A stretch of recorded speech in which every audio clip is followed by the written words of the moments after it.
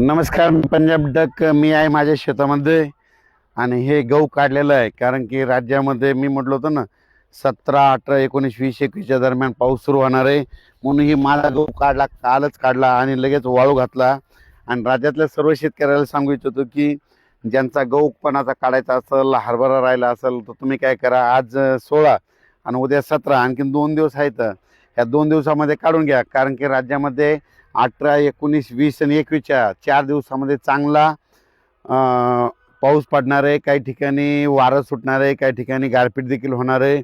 म्हणून हा अंदाज सर्वप्रथम विदर्भातल्या शेतकऱ्यांना लक्षात यायचा. म्हणजे सांगायचं झालं, आज देखील 16 तारखेला, म्हणजे आज देखील 16 तारखेला नांदेड जिल्हा, त्याच्या यवतमाळ जिल्हा, चंद्रपूर, गडचिरोली ह्या पट्ट्यामध्ये थोडा पाऊस पडणार आहे. म्हणून हा अंदाज आज सर्व शेतकऱ्यांना लक्षात यायचा. आज देखील महाराष्ट्रामध्ये बऱ्याच ठिकाणी रात्रीच्याला चांगलं आभाळ येऊन काही ठिकाणी थोडी थोडी सुरुवात झालेली दिसणार आहे. म्हणून हा अंदाज लक्षात यायचा. उद्या 17 तारखेला आणखीन बराच पावसामध्ये वाढ होणार आहे.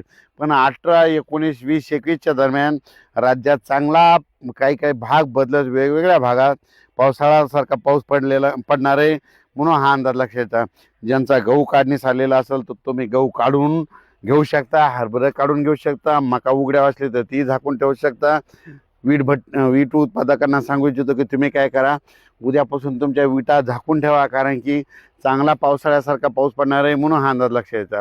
हे पाऊस तुम्हाला एक सांगू इच्छितो, सुरुवात पूर्व विदर्भ, पश्चिम विदर्भ, त्याच्यानंतर मराठवाडा, नंतर काय होणार आहे 18, 19, 20, 21च्या दरम्यान मग पश्चिम महाराष्ट्र, उत्तर महाराष्ट्राकडे जाणार आहे.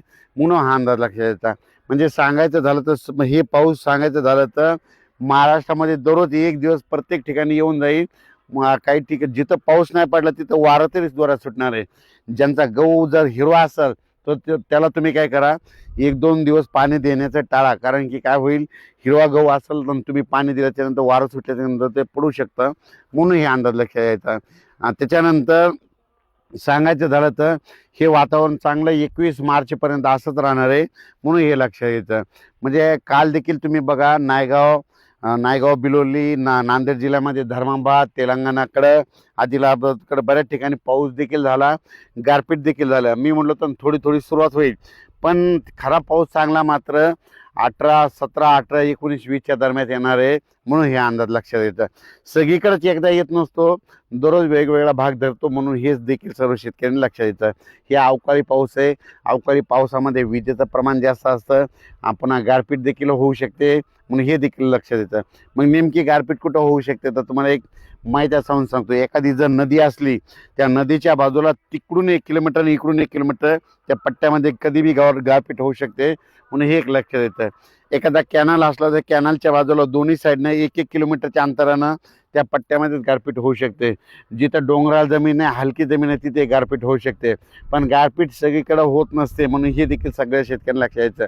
तर तुम्हाला एक सांगू इच्छितो, आमचा परभणी जिल्हा आहे. परभणी जिल्ह्यामध्ये 848 गाव आहेत. तर परभणी जिल्ह्यात देखील गारपीट होईल. 2-4 ठिकाणीच होईल, सगळीकडे होणार नाहीत. मग ते कुठं होऊ शकते, ज्या ठिकाणी खरपणाची जमीन आहे, हलकी जमीन आहे. मग कोणत्या एरियात होऊ शकते तुम्हाला एक सांगू इच्छितो. परभणी जिल्ह्यातला पालम, लोहा, कंधार ह्या साईडचं, पालम लोहाच्या ज्या साईडनं परभणी जिल्हा आहे त्या डोंगराळ भागामध्ये तिकडे एक गारपीट होऊ शकते. इकडं जिंतूर तालुक्यामध्ये एक डोंगराळ भाग आहे, तिकडे एक होऊ शकते. म्हणजे परभणी जिल्ह्यात 848 गावापैकी फक्त 5-6 गावालाच होते, सगळीकडे होत नाही. म्हणून हे देखील सर्व शेतकऱ्यांनी लक्षात घ्यायचं. माझी शेतकऱ्याला विनंती आहे, या पावसामध्ये विजेचं प्रमाण जास्त असल्यामुळं काल देखील तुम्ही बघा, धर्माबादकडे काय झालं, विजा पडल्या आणि त्या ठिकाणी 5 ते 7 मेंढ्या मृत्युमुखी पडल्या.